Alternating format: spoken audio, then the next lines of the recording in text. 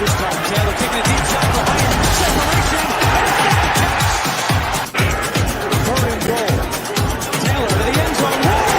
Touchdown! With Barkley back at tailback, they hand to him. Edge. Touchdown Giants.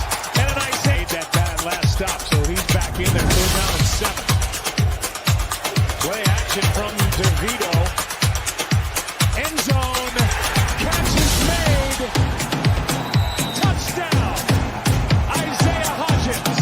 The end zone, and let's make sure the catch is good. And it's points off the turnover by Keyshawn Nixon. Family section. And his agent. This guy, the agent may break the internet. The heck's going on? They having kisses everywhere. What's up, y'all? Happy Friday. I hope y'all doing good, well, or whatever the case may be. Excuse me. I personally did not get any sleep last night, so if I look pale or my eyes look almost closed, then you know what's going on. But I'm still here. It's all good. Brian isn't here today, but it's all good as well because we got a special guest. He's been here before. If y'all don't remember, he's the host of the Sports Stove podcast, on one of my favorites, whether it's talking about baseball or talking about football with his pops. Joining him as a co-host as well, it's very entertaining. It's Vince Stover, everybody. Vince, happy Friday, sir. How you doing? Hey, Merry Christmas, Happy Friday, all that good stuff, man. I'm doing good. Good. Glad to be here. Thanks for having me on, man. Of course. Thank you for joining us. And yes, Merry Christmas. As Monday we won't have an episode. I'm sure many of us won't. Whoever's hosting a podcast will not have an episode for you on Monday because, let's be honest, no one's getting out of their way to go record something when you got Christmas presents to open or you got football on, which we will have on Monday, thankfully. So sorry, NBA, you're not the only sport that's going on Christmas. The NFL is here to make some noise, especially my Giants. Well, not really, because we have the Eagles, and we all know how that goes between the Giants and the Eagles. So but it's all good. Well, we'll talk about a few topics today. We'll talk about last night's game between the Saints and the Rams, which are a lot closer than expected. We'll also dive into our favorite games to look forward to for Sunday and Monday. And we'll also get Vince's opinion on the Green Bay Packers and their season so far, as they are still alive for a playoff spot, just like everyone else, but the Commanders and Panthers and teams like that in the NFC. But I know our podcast, Vince, it's very football dominated. We don't talk basketball. We have like one episode talking about basketball, but it was like the Knicks. And we have no episodes about baseball. And you were probably asked this by many people already, I'm sure. Yamamoto heads to the Dodgers. So our dear friend Kevin Wilson was very happy, I'm sure, when they signed him last night. Whereas the rest of us are suffering and crying that we can't get a player of his caliber as he joins Ohtani on the Dodgers. Real quick, sir, I know you're a Brewers fan. I didn't really hear much when it came to Yamamoto and the Brewers themselves. Your thoughts on this kind of expected move, considering, everyone goes to the Dodgers. Well, I tell you, Kevin's going to be unbearable. We're starting up the Sports Stove Fantasy Baseball show again in January, so me and Kevin will talk about it when we get into it. But like you said, it's not a surprise. He goes to the Dodgers. It's West Coast. It's high payroll, whatever. I think we're seeing a turn from the East Coast to the West Coast. I think that the Dodgers are taking over the Yankees' role that they had for the early 2000s, especially. I knew he wasn't going to go small market. I knew the Brewers had no chance. They were never going to pay that much. They won't even pay Corbin Burns, so they're not going to pay Yamamoto. But I don't know. For me, it's still I'm not just giving it to the Dodgers. They're going to have to prove some things to me still. And I don't think that Major League Baseball needs a salary cap. I think it's fine the way it is. I mean, we've seen the Rays have success in spite of it. So you just got to be creative, and you got to grow guys and draft well and those kinds of things, and you can still have success. Houston did the same thing as well. So I mean, yeah, I don't know. I don't know much about Yamamoto other than what's been written. I've never watched him pitch or anything like that.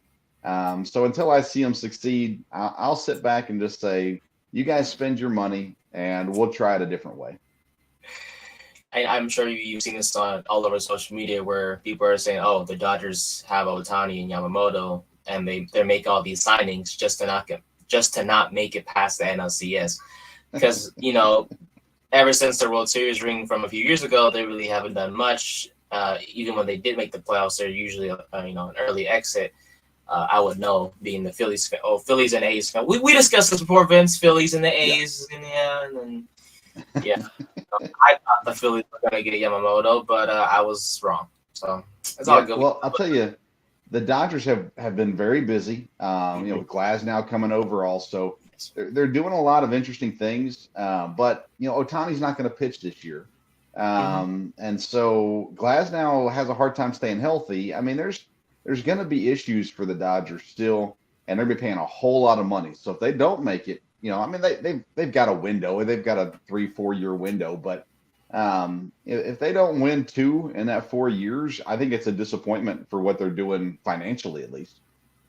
So say like this upcoming season, they make the playoffs, but they're like a first round or wild card exit or something like that. Would you consider that a big disappointment or a big failure to start this whole? I would say they've got to make the NLCS for it to be still to not lose hope at the very least. I mean, I think they've got to go to NLCS. They should go to the World Series. They've got enough talent where that should be the situation for them, and that should definitely be their goal. But if I were a Dodgers fan, and I am the farthest thing from a Dodgers fan, but if I were a Dodgers fan, I wouldn't freak out if they don't make it this year, especially with Ohtani not pitching. Now, if he were pitching, that'd be a whole different story. But I mean, it's World Series or bust for him, I guess, at the end of the day, just with the amount of money they're spending. And it's Los Angeles, so they have, having a big market means having big expectations. And for the Dodgers, right, that is the case. I was looking at their, real quick before we, shift back to football, I was looking at their projected starting lineup. And, at the top of the order, you have Mookie Betts, you have Freddie Freeman, you have Ohtani. Not saying I know the order, but I know those three. You could throw in, I don't know. It's Betts, Freeman, Ohtani, and then everyone else is not as intimidating. I guess what I'm trying to say. Compare, people because there's a post on social media where I was oh, the Dodgers lineup looks dangerous, and it's they show the first 3 names, like I said, and Betts, Freeman, Ohtani, and then everything else just oh, Jason Hayward is dangerous still. The last time I heard of him. When he was good, to be exact, was back in his days as Chicago Cub, but that was a while ago. Yeah. It's top heavy. There's no doubt about that. But when you put those 3 guys in a lineup, any lineup's dangerous. So it's not as dangerous as some. I mean, Philadelphia should have a stronger lineup than they do, offensively, that is.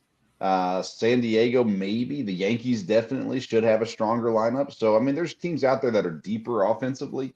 But the Dodgers always find a way, man. They always find a way. Always. And it is what it is. We'll just we'll have to see what they do this season. And once the time comes, maybe we'll talk more about that once baseball season comes closer. But like you mentioned, the sports. So you said Fantasy Baseball show is in January. Yeah, we'll start at mid-January. The last 2 years, we've kind of waited till February. We're going to try to start a little earlier this year and try to get our rankings out earlier than we have in the past. So that way people aren't drafting before we get out our rankings. So we're trying to get those out earlier. Yeah, last season in the Belly Up Fantasy League, that was not very fun.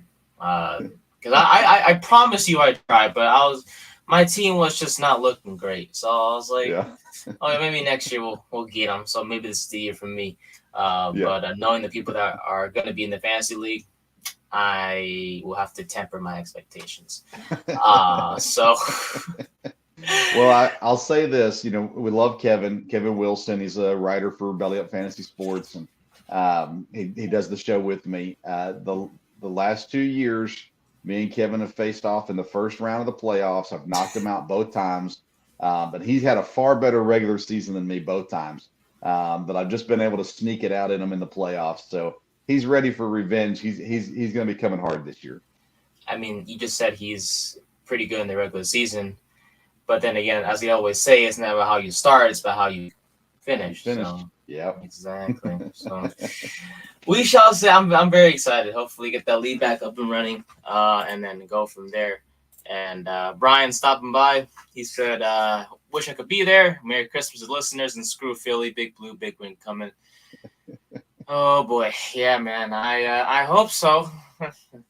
I don't have hope, man. I'm telling you, Eagles about to put 40 points on our heads. But at least the Rams and Saints game was pretty good last night.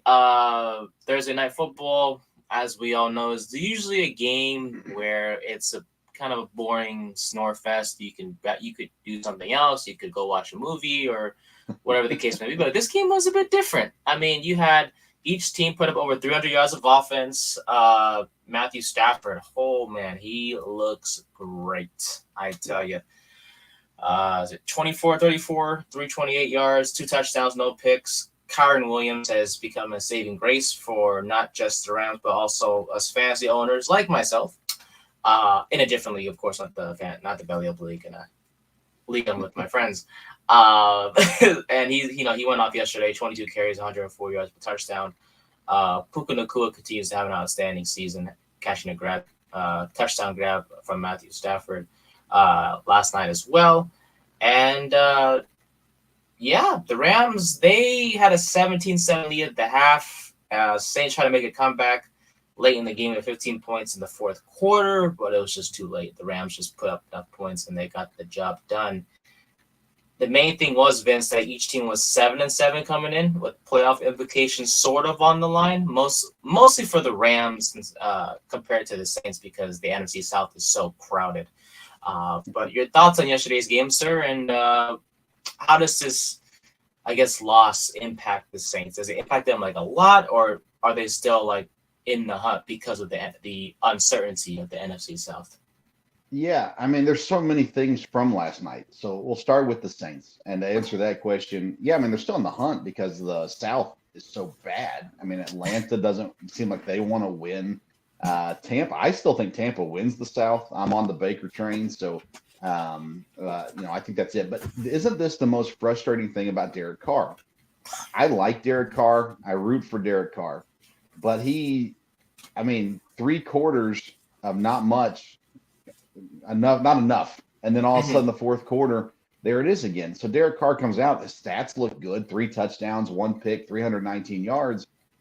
And it's like, man, there's so much potential there, but he's never yet tapped it. Like he did the year that, was it his rookie year? I don't remember if it was rookie year or not, but no, it wasn't. But he would have gotten MVP, or maybe he even did, but he got hurt and he didn't get to play in the playoffs and all that stuff. Like that was his climax so far.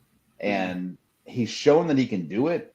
It's just he hasn't done it consistently yet. And that's got to be frustrating for Saints fans, frustrating for Raiders fans before that. He's got the talent. He hasn't been able to put it up consistently. They got the defense in New Orleans where they should be running away with this division. And they've obviously not done it. So it doesn't hurt their playoff chances. Well, sure, but at the same time, they're still in it. I mean, they got 2 more games left, and if they win out, they probably win the South. So will they do? That's the question. I don't think so. I think they need a new coach, personally, and so I don't think it's going to happen for them. But they got a solid defense, relatively, I guess, and they've got weapons on the offense. They just got to figure it out, and I don't think they're going to do it this year. So I'm in on Tampa in the South. I'm kind of out on Atlanta and New Orleans, although I think any of those 3 teams could win the South, but I don't think any of those 3 teams wins a playoff game. So, at the end of the day, what does it do? It gets you 1 week further. Is it worth it? Get a better draft pick if you ask me. But to the Rams side of things, I think Stafford should be the comeback player of the year. He's not going to win it because DeMar Hamlin's on the list. But to me, Stafford, what he's done and just right back into form, it has to go noticed. I think he should be comeback player of the year. His stats, the amount of impact he has for this team. I feel bad that once again Stafford kind of gets overlooked just because DeMar Hamlin's situation last year. Man, I hate it for him because he's playing really, really good football. Yeah, 100%. I mean, he's just the fact that the Rams, we came into the season thinking, okay, it's just going to be Cooper Kupp. It's just going to be originally Cam Akers before he got traded away to Minnesota, and God knows where Akers is now. I don't even know if he's still in Minnesota, but we didn't. For me personally, I'm gonna speak for myself. I didn't expect much from the Rams. I mean, sure they had Stafford and everything, but hey, we outside of Aaron Donald, they had no one else on their defense. Offensively, was it just going to be Kupp and that's pretty much it? We were wrong. I mean, Puka Nacua, like I said, came out of nowhere. Kyron Williams stepped up big time as the leading RB1, and he's like I said earlier, he's been phenomenal as well. They somehow found a groove with Demarcus Robinson as the third receiver.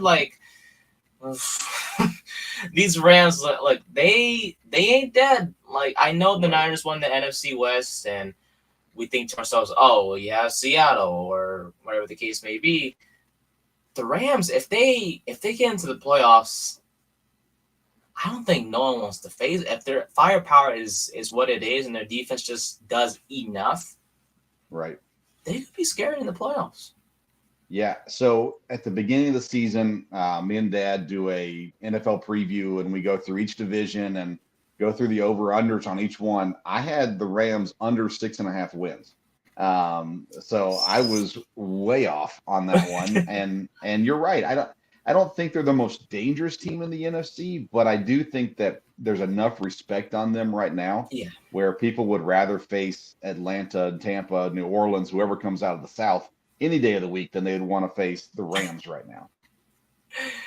Yeah, 100%. Because whoever comes out of the NFC South, you said it was going to be Tampa Bay, which seems more likely considering how things are going right now. But yeah, I mean, if I had to choose, I'd choose Tampa Bay because Baker Mayfield, I really still don't believe. I know he had a good game last week, but I just don't believe in him. I really don't. Oh, the hate. I know. I'm sorry. And I'll let you explain yourselves why you like him and defend him. But just for me, I don't know. I can't really describe it. But yeah, that's it. That's the problem, though, and it's either way on either side of it. If you like them, you can't describe why.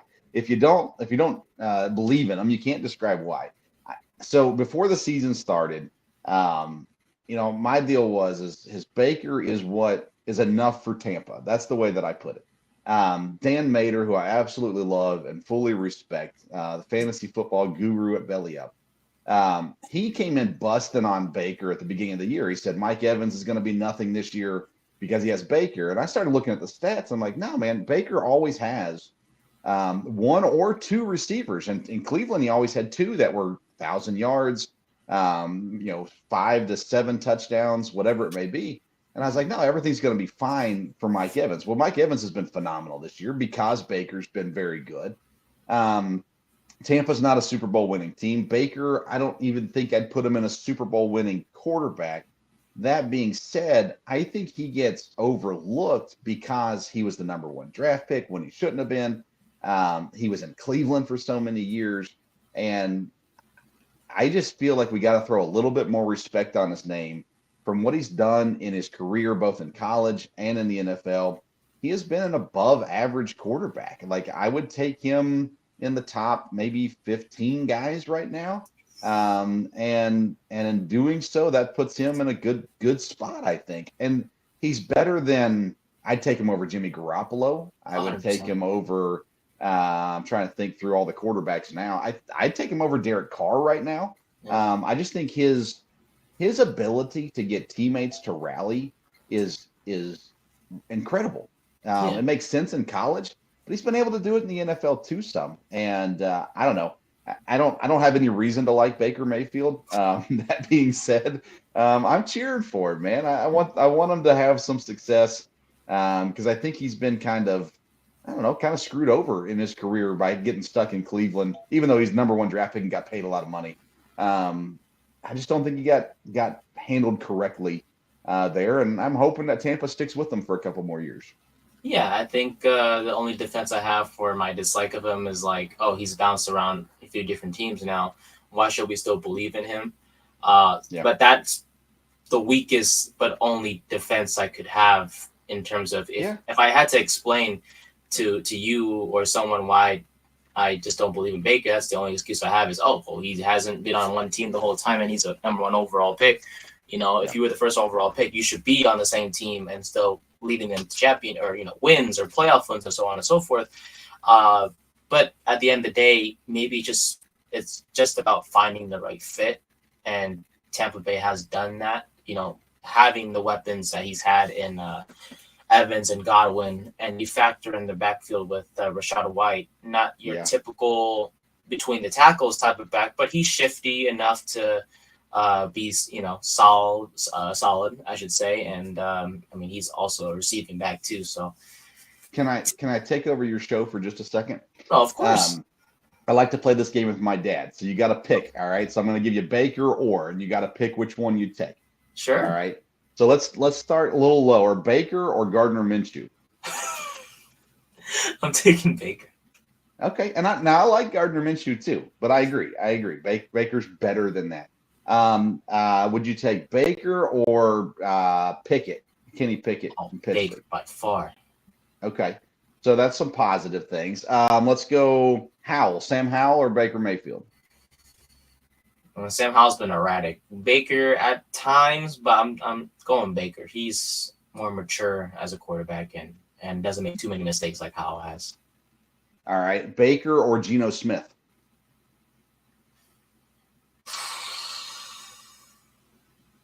I'm taking Baker still. I am too.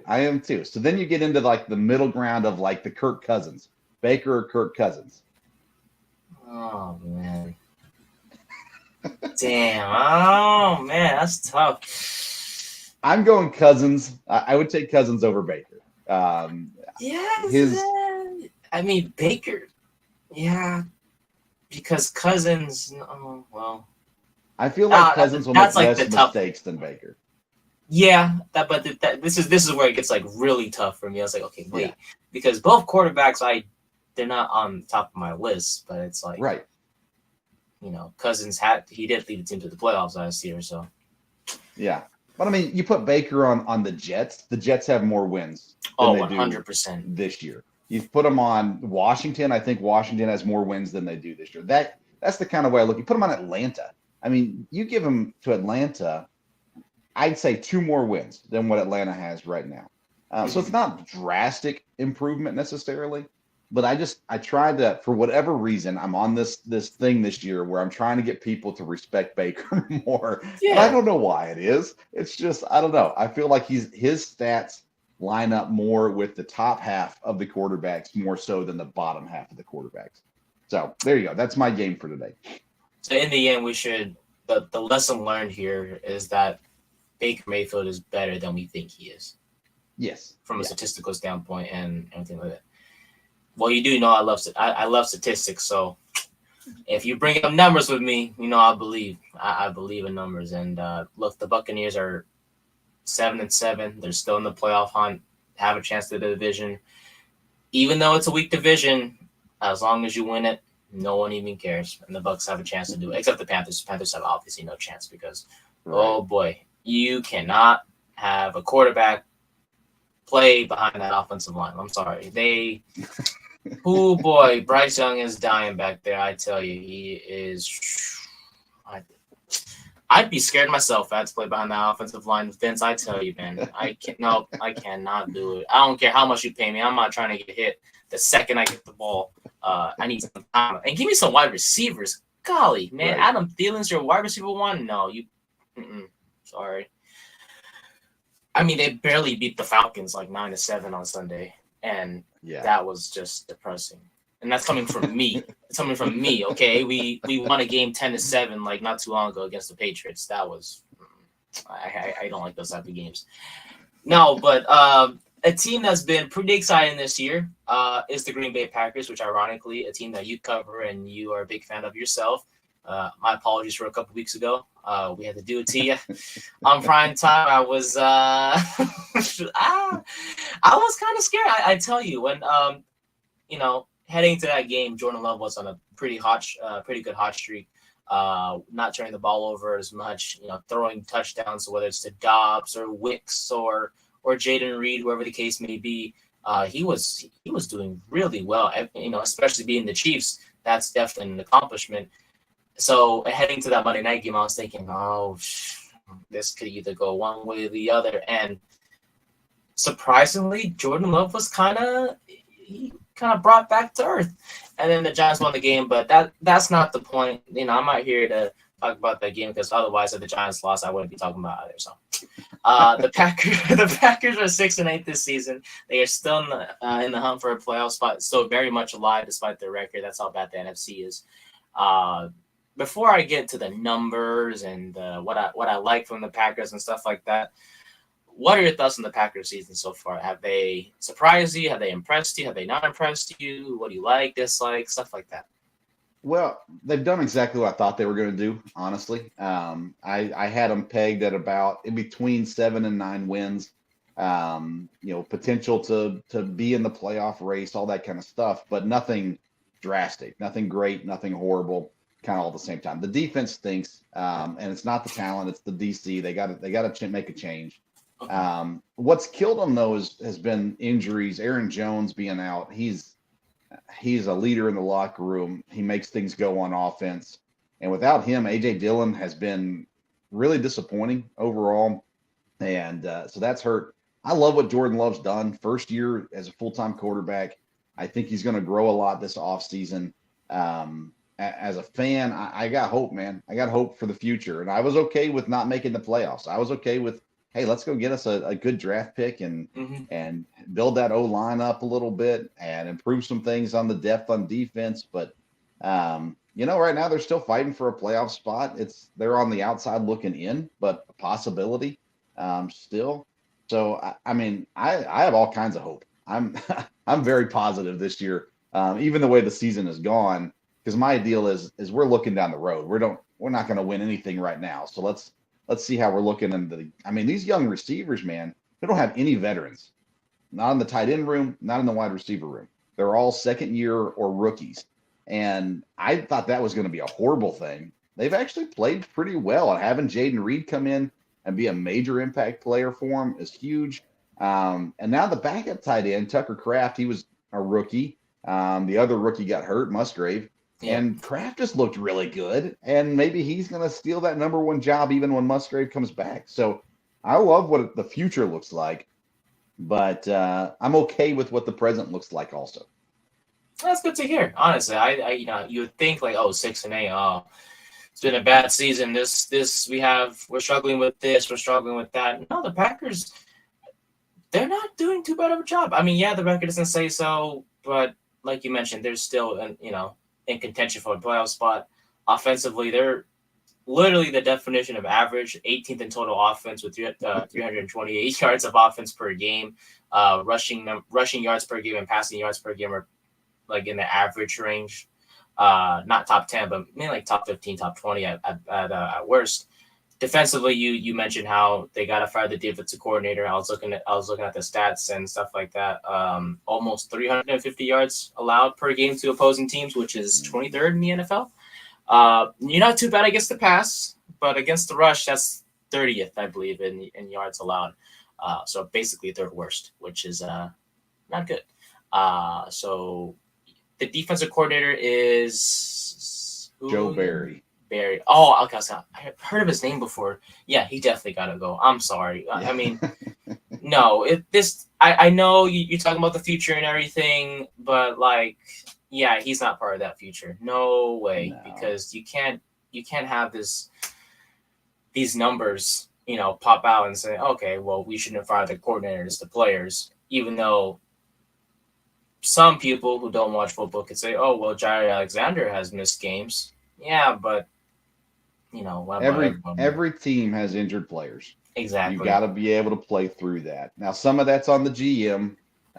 You gotta make sure the roster is deep, and you got to have guys there that can do things. But that being said, you got to figure things out. And we just talked about how much I'm cheering for Baker this year. To give him a perfect passer rating last week, like you just can't do that. There's just not a quarterback in the league right now that I feel like you can do that. I Mhm. mean, it just shouldn't work out that way. I mean, if it was Mahomes, maybe that's one thing. But Baker, I mean, come on. I like Baker, but he shouldn't be perfect. I mean, No. there should be issues with that.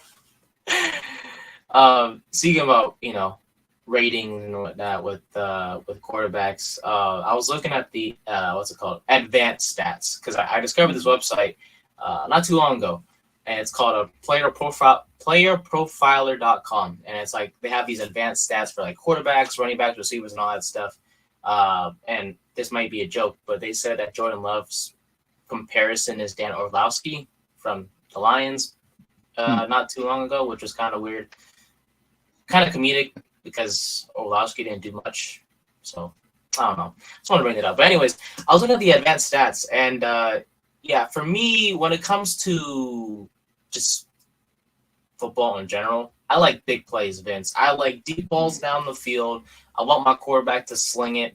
Have we had a quarterback that sling it in East Rutherford? No. We have quarterbacks with those short passes to check downs and the slants, which annoys the crap out of me because I'm telling you, I can't look at sit down and enjoy myself watching my quarterback, whoever it is, sling 5-yard ins and outs to our pass catchers. No, I want 30, 40-yard bombs down the field so we can move the dang ball instead of handing it off to our running back and depend on him to make big plays.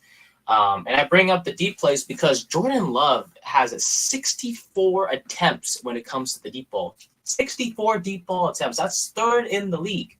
And he is slinging it because he has 4,072 air yards, which I don't know how that makes sense considering he only has 3,368 passing yards on the season.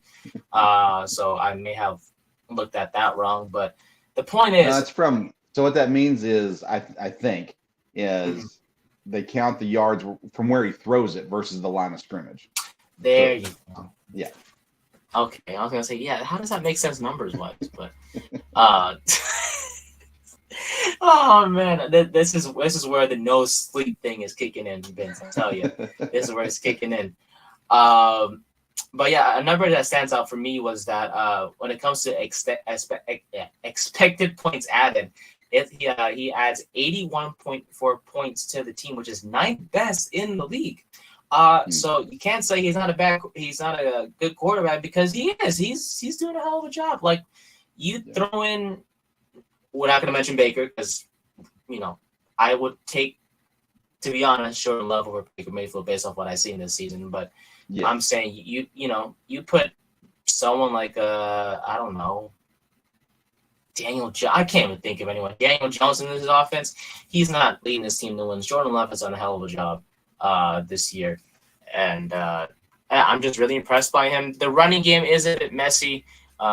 Before we continue, Kevin Wilson, we just talked about it. He says that Baker would have taken my team further than Trevor Lawrence did. Fantasy wise, right? Is that what he's talking about? Fantasy wise, I think. Probably. Oh yeah, definitely fantasy wise. Because he's not a Jags fan, right? Kevin's a. I don't know who. Kevin's a Seattle fan. Seahawks. Oh, okay. I was gonna say, wait a minute. Okay, It has to be fantasy wise. Wait a minute. Yeah, I mean, Trevor Lawrence has what? He's been hurt these past few weeks, hasn't he? He's been banged up, but he's been playing. I mean, Jacksonville. That's a whole another disappointment for the year, in my opinion, at least. All right, so Kevin confirmed it fantasy wise. All right, makes sense. Yeah, I don't talk fantasy with me. Me in the belly up league, whether it's the best ball league or the 14-team league where we had that draft on stream or whatever the case may be. I'm like 3-14 or 3-13. I forgot what record it was. It's terrible. And but I know I don't want to go off topic, but like, just if you think about it, I've never been in a fantasy league where like everyone is like putting their waivers in. I mean, I live in the West Coast, so So someone from Corner you're Booth late. was talking. Yeah, because someone from Corner Booth, this is obviously a joke, and we were all laughing about it. They were like, "Yeah, so I see Nate, at 6 a.m. making these waiver moves, and it's like, holy crap, he's up at 6 a.m. making these waiver moves when, in reality, I'm just up at that time." Oh no, I don't. Actually, no, they were saying I was up at 3 a.m. their time, but it was only midnight on my side of, in terms of time. And they were just impressed, like, oh, he's up this early at 3 a.m. making waiver moves. I was like, no, I'm up at midnight, so I'm just making these moves because I'm telling you, the first chance I get when it says 7 or 6, for example, waiver claims have been processed, I'm okay, please let me get this player. And I check and I don't get the player. Like someone else had already beat me too. And it's like, how? And because I've never been in a league where everyone has been this competitive. You know what I'm saying? Yeah. It's like nice when they stay active, that's for sure. Oh, 100%. But like, give me a chance. I'm like, dude, I'm 3-10. Man, just give me a shot. But no, shout out to everyone. And you're in the league as well, if I'm not mistaken. No, I'm not in the football league at Belly Up. Oh, just the baseball. Just the baseball league, yeah. Okay, just the baseball. Well, baseball was the same thing because I couldn't get anyone anyways, regardless. But yeah, definitely competitive leagues all around with the Belly Up company. So it's nothing to mess around with, I tell you, when it comes to fantasy. But before we move on to the Sunday and Monday games, I will say, despite the fact that you talked about Aaron Jones, the running game has been messy with Green Bay. The wide receivers have picked things up, whether it's Jaden Reed or Tucker Kraft at tight end, Dontavion Wicks, who I like as well. Kind of a big play wide receiver, if I'm not mistaken, Wicks is. So he stepped up. Romeo Doubs hasn't had a touchdown in 4 straight weeks, but he has 7 on the year, which leads the team. And hopefully Christian Watson gets healthy because he's solid. He's the wide receiver one himself when he's healthy. Am I wrong on that? No, I agree. What's nice about the receiving group is they all complement each other. They don't really stack up too much, which is nice. Reed has kind of taken on the old Randall Cobb role for the most part in Green Bay, the slot and some runs and some different things like that. So they've been able to be creative with him. Watson, though, is so stinking fast. He can beat anybody down the field. So he's their deep threat. And then Dobbs is that Jordy Nelson type guy that comes in and just catches everything that you throw at him. So it's neat to see that they've got a group that they can grow with. And I think down the road, they're going to be a dangerous offense, I think, at least.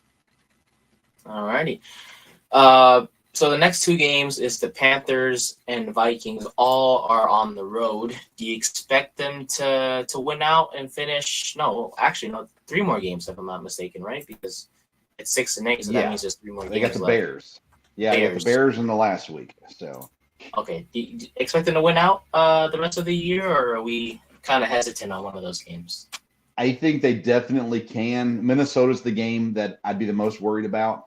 Man, I'll tell you what, if the game this weekend wasn't on Sunday, I'd drive down to Carolina and watch this game. I mean, tickets are so cheap.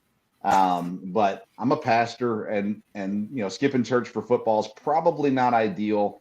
So I'm going to stay home for this one, but they should take care of Carolina. No problem. They own the Bears. The Bears are horrible. I mean, it doesn't matter. The Bears could be great. It wouldn't matter. Packers would still win.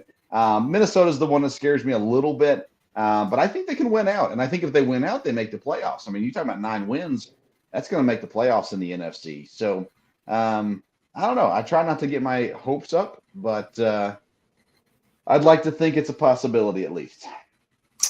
Like whatever makes you believe helps, because I tell you this, Vince, even though we're not, well, people say that we're out of it, my Giants are mathematically still in the playoff hunt. I don't care that we're 5-9. Okay, we have the Eagles twice and the Rams and whatever the case may be.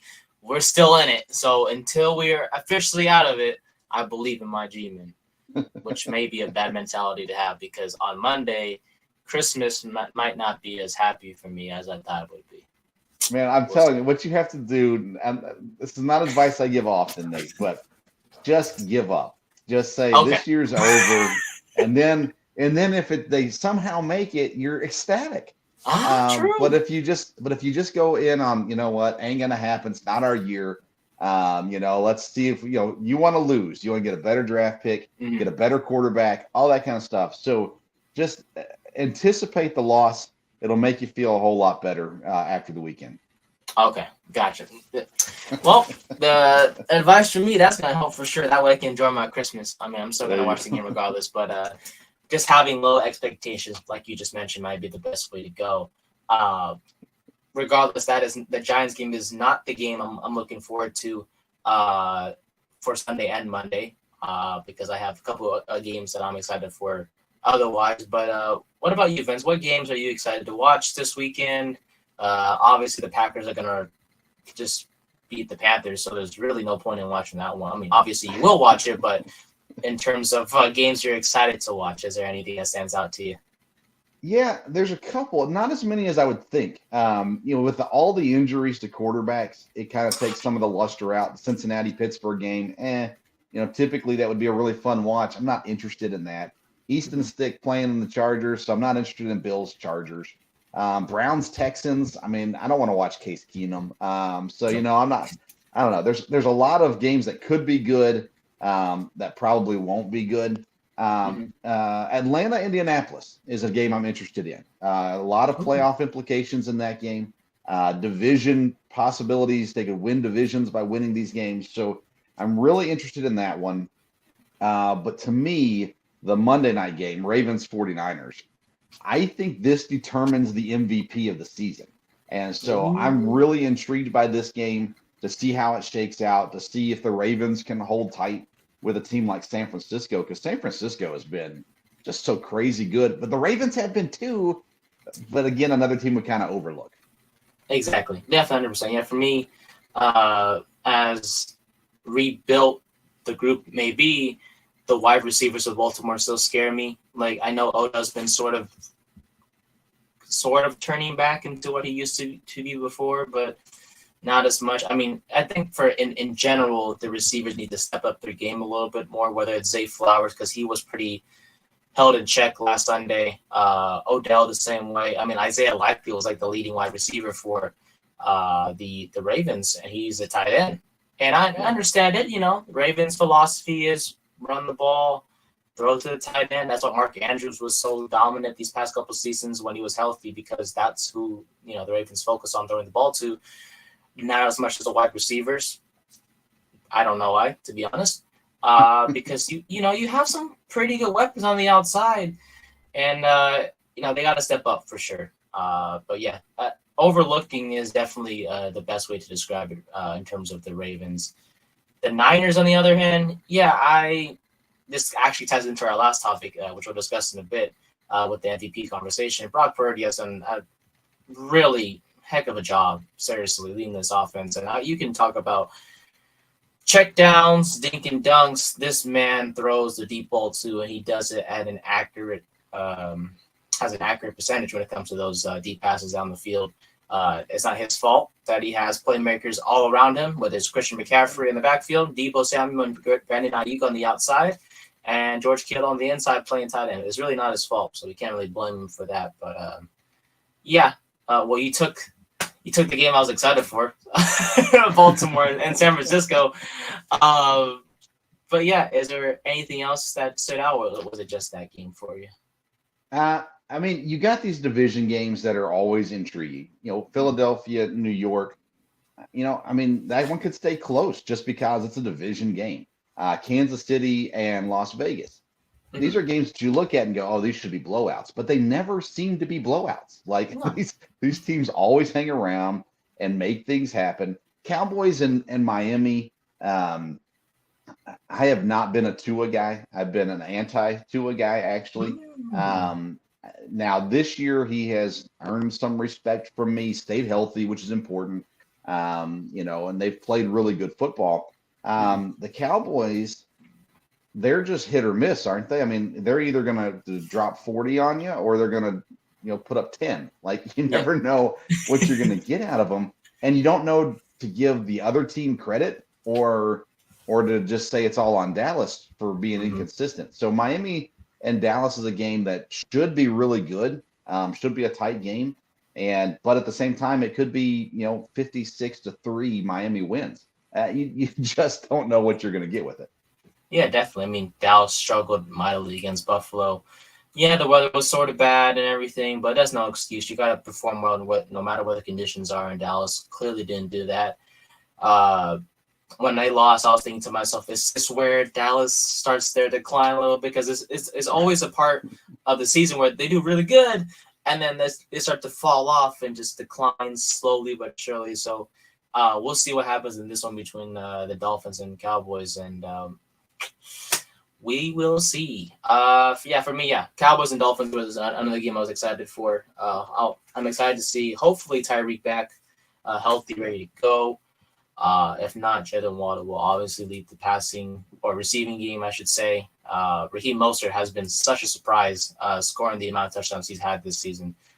Quite impressive as well for the Dolphins backfield. And for Dallas, for me, if they can bounce back, we shall see. But for me, I kind of feel like this is where they start to. They're in the playoffs already, so we can't criticize them. But you can't go into the playoffs on a losing streak and expect to perform well, especially with the seeding, because they're 10-4, 10-4, if I'm not mistaken. So if they start to lose and they go to 10-7 on the year, we could be seeing them not only not win the division, but also have to play a playoff game on the road, and whether it's going to be Philadelphia or it's going to be Detroit. There you go, Detroit. Yeah. Do you really want to face any of them? I don't think so, especially if it's going to be in their house. Being the Detroit or Philadelphia. Yeah, I mean, Dallas is undefeated at home this year. That's the thing. Yep. All their losses are on the road. They need to play a playoff game at home. I mean, that's important for them. Mm-hmm. Yeah, that's just home field advantage is such a important thing that we kind of, I guess, overlook it at times. But you just said it. Dallas is undefeated at home. When it comes to the road, not so much as good as they are back at AT&T Stadium. So this is a away game though, right? Cowboys and Dolphins, right? They're playing at Miami. Yeah. Oh boy, this is they got to win this one if they want a shot at trying to continue to keep pace for the NFC East division. And alrighty, final topic of the day: MVP race. So many candidates, Vince. So many, especially non-quarterbacks as well. Christian McCaffrey, Tyreek Hill, the fastest, the cheetah. You could throw in, Tommy DeVito in there if you want to, if you have the Christmas spirit and you feel like giving out awards to some different people. I'm just playing. But look, there's a lot of candidates out there that we can consider. You have the normal Patrick Mahomes and Lamar Jackson, the Josh Allens of the world, but we have guys like Brock Purdy not sneaking in, but kind of putting his name in there because of how dominant he's been with the 49ers. But at the end of the day, the question I'm going to ask you is, who's your MVP? To me, it's Christian McCaffrey. I don't understand why we've got to give it to a quarterback, especially when McCaffrey, he stayed healthy, which is what we've been begging him to do for all these years. Mm-hmm. He's already almost 1,300 yards rushing, 13 touchdowns. He went on that, 11 straight weeks with a touchdown, I think, as well. He's got over 500 yards receiving, 7 more touchdowns there. Like, to me, he is so important to this team, and he's had such a great year. I feel like he should be the guy. Now, Purdy is the odds-on favorite right now. I think the last time I looked, he was like minus 400, I think, maybe even minus 600. And here's what I'll say about Purdy. You said it earlier. He's just playing with the guys that are on his team. You can't blame him for that. Mm-hmm. And he's done a great job. I think if you put Purdy in Arizona, we're not talking about Brock Purdy the same way. That being said, he has done everything that he is supposed to do in San Francisco. He's done it better than Jimmy Garoppolo did it before him. He beat out a high draft pick as well to land that job. And so, in my opinion, Purdy has done a great job, but I think McCaffrey has been more important than Purdy to this point for San Francisco. And his season, 20 touchdowns, the amount of yards he's got, everything that he does, man. I don't know. I think it's McCaffrey. That being said, I think if the Ravens win this week and Lamar has a heck of a game, then I give it to Lamar. I mean, Lamar's had a great season, as well as over 3,000 yards passing. Lamar's had a phenomenal year. So it's between those three guys for me, Lamar, Brock, and Christian. I'd give it to Christian. If I had a vote, I'd vote for McCaffrey. I don't know. I get tired of watching quarterbacks win every year. And there are years where they truly deserve it, where they are the best player and whatever. Yeah. But I don't know. I feel like McCaffrey's had that kind of season where he should be warranted MVP. But Chris Johnson, many, many moons ago, I don't even know if you were born yet, Tennessee Titans running back. He had 2,000 yards and he didn't win the MVP. So I don't know. But I'd vote for McCaffrey if I had a vote. Yeah, and I understand where you're coming from. As Kevin said on the comment, too few people are talking about McCaffrey, and yeah, if you really look into it, he's the engine that kind of makes everything work because he brings so much attention, whether it's the run. No, it's actually the fact that he brings so much attention and is still productive as he is, whether it's yards per carry right. or the case. He's just that good. And you mentioned a great point about health, because for so many seasons, it's like, oh, is he going to stay healthy? He's going to stay healthy. And back in Carolina, he struggled with that up until the season where he got traded from Carolina to San Francisco. He was healthy. Well, so last season, basically, he was healthy with Carolina, and he wasn't as good, but he came to the 49ers and just took off. And then this season as well has kind of stepped up his game to a whole different level, scoring touchdowns in pretty much every single game until it ended eventually. But yeah, I think it'll be nice for a change. It's nice to not have the same people win the same awards, the same positions win the same awards, because it's like, okay, well, we know the quarterback's going to win it. Who is it going to be? Is it going to be Patrick Mahomes or Lamar Jackson or Josh Allen, and whatever the case may be? You give the award to McCaffrey, a lot of people are going to be very interested. But see, maybe the NFL did something right for once, giving an award to someone who actually deserves it instead of just doing the norm. So I agree. Yeah, I mean, not every player in the race, but I would say guys like McCaffrey, Purdy, Tyreek Hill have their cases that I would believe in and vote for. But to be completely honest, as boring as it sounds, I was going to say I'll go Purdy for my MVP just because of how efficient he's been in terms of just his play this season. I understand you could bring up the 3-game stretch where they were losing and he wasn't playing as well, whether it was turning the ball over or the case may be. But, he was without his star players, and Debo and Trent Williams and that's where the conversation kind of, it's like, okay, but that's the thing. You're supposed to produce even without your best players. So that's where it's like you could, factor in that counter argument into the MVP conversation. But does your opinion change if the Ravens dominate and Lamar Jackson has a big game and wins this week? Or would you still hold to that Brock Purdy vote? I would say yeah, because the 49ers defense is just, they're a solid unit. And you mentioned Lamar leading the team in rushing and throwing for as many yards as he's had. Plus factor in that Keaton Mitchell's going to be out the rest of the year. It's going to be on him to figure things out, because no one's going to trust Gus. No offense to him, but no one's going to, be like, oh, Gus Edwards is going to, lead the way on a rushing attack, or Justice Hill is going to save the day.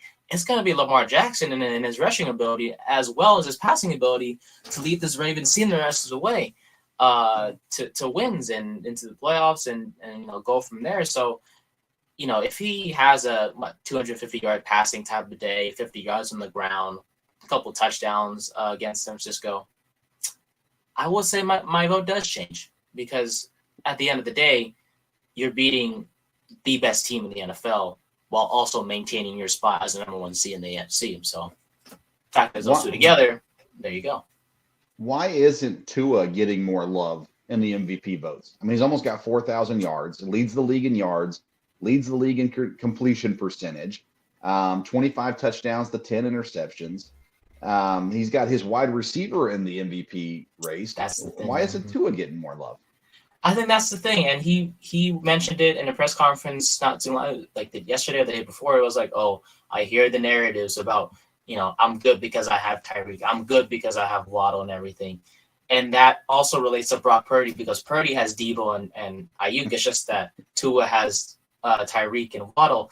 And it's just like, it's so hard to critique these guys because they have so many similarities, whether it's weapons around them or, where or why they're criticized or whatever the case may be. I think for me, it's just the record. That may be a bad reasoning why Tua isn't in the MVP conversation, isn't in the MVP conversation as much as the other guys that we discussed. I think it's just the record, which is really bad to give a reason for. But he's in there. I just want to give it to him. If you give 10 of Mostert's touchdowns to Tua, I think we're talking more about Tua. Yeah. Because, that Dolphins offense is a dangerous unit, whether it's rushing or passing the football. And, I give Tua my props. Like, I don't care what people say about him and, like, in terms of, oh, he has this and that, and that's why he's doing good. Like we talked about with the 49ers, once again, we keep bringing them up. They can't control what they have around them. What, is the team not supposed to give him weapons around him for him to succeed? No. You get the fastest guy in the NFL, of course you're going to succeed. Heck, for young adults basically, and people like me who still play video games from time to time. When you play with the Miami Dolphins, you have Tyreek Hill. He's like 99 speed, which is the highest. You know this, Vince. It's the highest it could be. Yeah, you throw Tyreek the football, you're winning whoever you're facing with. So it's you can't control that. And Tua could have struggled even with Tyreek, but he's gotten the ball into his guys' hands when needed to. He's had some solid games this season where he's thrown for 300 plus yards or whatever the case may be. Of course, we had the game against Denver where they put up 70 points, which was still unbelievable to this point. Look, Tua was in the conversation. He's not going to win it unless he somehow shocks the world these next 3 games, but he's in the conversation, and he's had a great season, so I just wouldn't give it to him. And that's not a bad thing. He had a good season. Would you? Okay, here's the thing. Before we go, because you mentioned comeback player of the year, and you mentioned that you said who should win it? You said it was Baker. I think Stafford. Stafford should win it. Yeah. You said Stafford should win it, but like you mentioned DeMar Hamlin too, and forgive me if I come off as like rude or anything. I'm trying not to be. I understand why he's like the top or most likely to win it because of his, unfortunate circumstances. Lucky he's alive now, but why are we giving it to him? Right. Because he really hasn't done anything. Right. Except come back. Have you heard his name other than talking about his injury? Have you heard his name this year? Yeah. No, in fact, do you remember when I forgot, it was a game in the mid-afternoon and someone got hurt and they brought out the ambulance, but in the back of the ambulance was his jersey. And that was when I heard his name again. And I was like, but he's not even playing. We're talking about him because of his near-death experience last year and his injury, but he was inactive. He has 2 tackles this year. Mm-hmm. He got one against one against Philadelphia and one against Denver. That's it. That's his stats for the year. 2 tackles. Congrats to him. Shout out to him. I'm glad he recovered. All that good stuff. There's no reason why he should get the award. Alex Smith was this way. It's like when he came back and yeah, man, a huge shout out to Alex Smith. What an incredible recovery, and the desire to still be on the field is wild. But you haven't really come back. You're not doing anything. Comeback player of the year is, having either a rough season before or a tough injury before, coming back and just like lighting the world on fire. Like, for example, let's say you bring up Matthew Stafford, right? Last season, not a great year. This season, just firing just darts and just leading his team to wins and getting them into the playoff race. That's comeback player, because you're coming back from having a bad season to a good season. Yeah. Now, you could interpret comeback player of the year in a different way. You could say, oh, well, DeMar Hamlin came back from death and now he's alive and he's made a couple plays and he's been on the field a few times here and there. But let's face it, DeMar Hamlin is, as ironic as it is to the podcast name, the backup to the backup at free safety. So, it's really DeMar. And I love DeMar. I'm really grateful that he came out of that alive and everything. But I don't understand why we have to eventually we have to give him that award when other guys deserve it, if that makes sense. So right now on FanDuel, he's minus 600 to win the award. Matt Stafford is plus 1,000. And Stafford's the next guy. So, I mean, Vegas knows before anybody else knows. So, I mean, it's just wild, man. I hate it. Does Stafford need another award? No, I guess not. But I think he's deserving of it at the very least. Flacco, Flacco's in the running too. He's at plus 1,200. Flacco's an incredible story too, but I still think Stafford should be the guy, man. He was banged up last year, came back, playing terrific football. Oh, 100%. And say it again, his team's in the playoff hunt. So, the Bills are too, but, for Stafford. But not because of Hamlin. 100%. Of course, no, definitely not. As obviously people don't want to say that because, sensitivity and everything, right. But say it straight out. Vince, it was a pleasure having you. I know you're a busy man. You mentioned you're a pastor, you're a father, husband, and everything like that. And of course, you run the Sports Still podcast. And I'm excited to hear what you and Kevin have to say in January with fantasy baseball. I will listen because I'm trying to get as much help as I can. So that way I'm prepared for the draft. So with that being said, I won't probably have you for a while. Don't want to bother you too much, of course, because you're a busy schedule. So I'm just going to ask you, Super Bowl's in February. It's going to come before you know it. Who's it going to be in there? So I'm going to stick with my preseason prediction as of now. And I had Philadelphia and Buffalo. Okay. And I felt like this was the year for Buffalo. Now, I still think that way. Buffalo's they're back to playing good football. James Cook is developed into what he needs to develop into. And I think they got all the pieces. So I'm going to go Buffalo over Philadelphia in the Super Bowl. Now, I did predict that if the Packers made the playoffs, they would make the Super Bowl. So I'm hoping they don't make it because then I have conflict of interest. But I got Buffalo over Philadelphia. Plus, if Green Bay makes it, that would mess up the whole draft position thing because you're trying to get a better draft pick, like you mentioned earlier. So, I'd be okay with it, though, if they made the Super Bowl. Oh, yeah, 100%, of course. Like, that's the main goal in the end is major underdogs, of course, considering how the NFC is. But, hey, look, Vince, when the Giants made it last year, I was a happy dude. When we beat Minnesota, I was on top of the world. And then when Philadelphia came, I'm telling you, the whole family was just like, they were laughing at me. I was like, oh, man, your team lost to the Eagles, man? I'm like, yes, the Eagles. What do you want us to do? We have Daniel Jones at quarterback. What do you want him to do against an Eagles defense that just continues to dominate the Giants? So, if they make it, they make the playoffs, great for the Packers. If not, always towards next season, like you mentioned. And Kevin says baseball, we need baseball. I'm excited because once the Giants season officially ends, I'm looking towards spring training. Okay, I'm looking towards the Phillies trying to get it back into the playoffs. I'm looking at the A's continuing to suck, and actually, me and my girlfriend, we are planning to go to the last opening day at the Coliseum. We went last year and they won, surprisingly, because whenever we go, they lose. So we're excited for that one. And even though Oakland's moving, no one's even shedding a tear, let's be honest, because everyone hates the A's at this point in time and John Fisher. So, all right, Vince Stover, the host of the Sports Stove podcast. Check it out, Spotify, wherever you get your podcasts, if I'm not mistaken. Check out the new show in mid-January, the Sports Stove Fantasy Baseball with him and Kevin Wilson, the two experts in that department.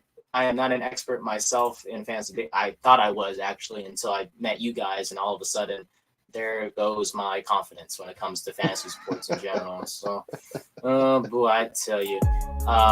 Look, guys, thank you so much for watching and listening.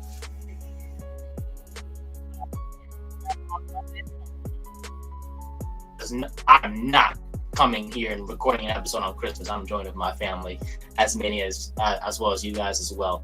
So thank you for watching and listening. We'll see you guys on Tuesday to talk more football. Until then, have a Merry Christmas. We'll see you guys then. Thank you very much.